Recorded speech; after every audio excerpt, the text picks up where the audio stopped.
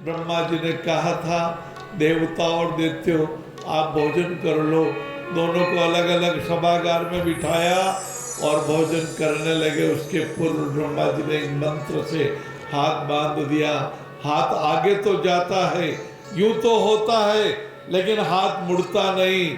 देवताओं ने सोचा आप मुझे भोजन कराओ, मैं आपको भोजन कराऊं। एक ने रसगुल्ला सामने वाले देवता के मुंह में दिया, दूसरे ने गुलाब जामुन दिया। देवता ने अच्छे तरह से भोजन कर दिया। पर जो राक्षस होते हैं, जो मिलके नहीं चलते, जो घर में झगड़ा करते हैं, घर में कलह करते हैं, बात बात में बतंगड़ फैलाते हैं, कभी धन के लिए, कभी किसी के लिए, कभी अभिमान के लिए, कभी ईगो के लिए तनाव पैदा करते हैं।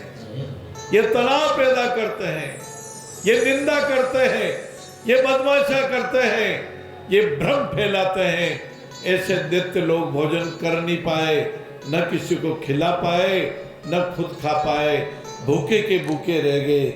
इसलिए ब्रह्मा जी ने कहा दैत्यो, इसलिए मैं देवताओं से ज्यादा प्यार करता हूँ, आप देवता बन जाना, आप अच्छे इंसान बन जाना। धन बल बुद्धि बल बिना प्रेम बेकार, आनंद परमानंद है सेवा का आधार। ये सेवा का आधार आपको मिल गया बंसी जी।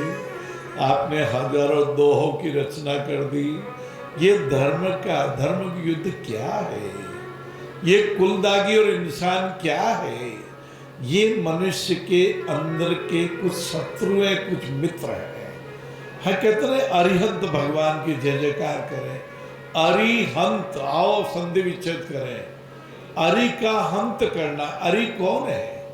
ईर्ष्या, द्वेष, झूठ बोलना, शराब पीने का पाप करना, ये पान मसाला खाने का महापाप करना, भाई भाई से लड़ाई कर लेना, पिता से विरोध कर लेना, पत्नी को मार देना, पत्नी को लात मार देना, पत्नी को गाली गलौज कर देना, बच्चों को पढ़ाना नहीं, ये अरि है।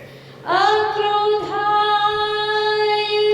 अवचेतन मनाय अपमान भुलाय धर्म।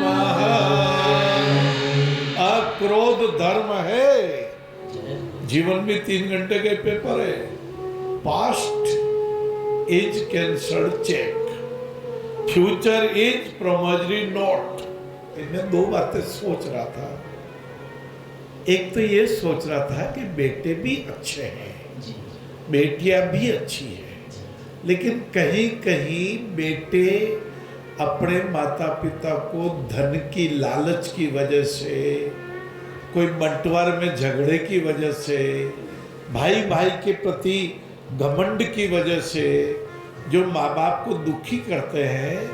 यदि बेटियों को ही पालन पोषण का अधिकार मिलता, माँ बाप की सेवा का अधिकार मिलता, यदि बेटियां ये जिम्मेदारी सब जगह संभाल लेती, यदि इनको ससुराल नहीं जाना पड़ता, तो कोई भी वृद्धाश्रम में कोई रहने नहीं जाता, सारे वृद्धाश्रम बंद हो जाते, सारा माता पिता सुखी हो जाते।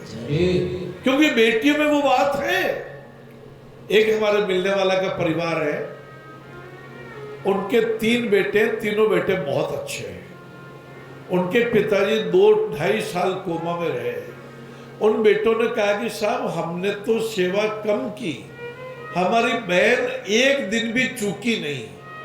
पिताजी 2-2.5 साल से कोमा में आ गए। उनको केवल वो बोलते ना राइस ट्यूब से जूस पिलाया जाता था। बोले एग्जैक्ट टाइम पर एक दिन भी चूकी नहीं, भली बारिश हो, भली गर्मी हो, सर्दी हो।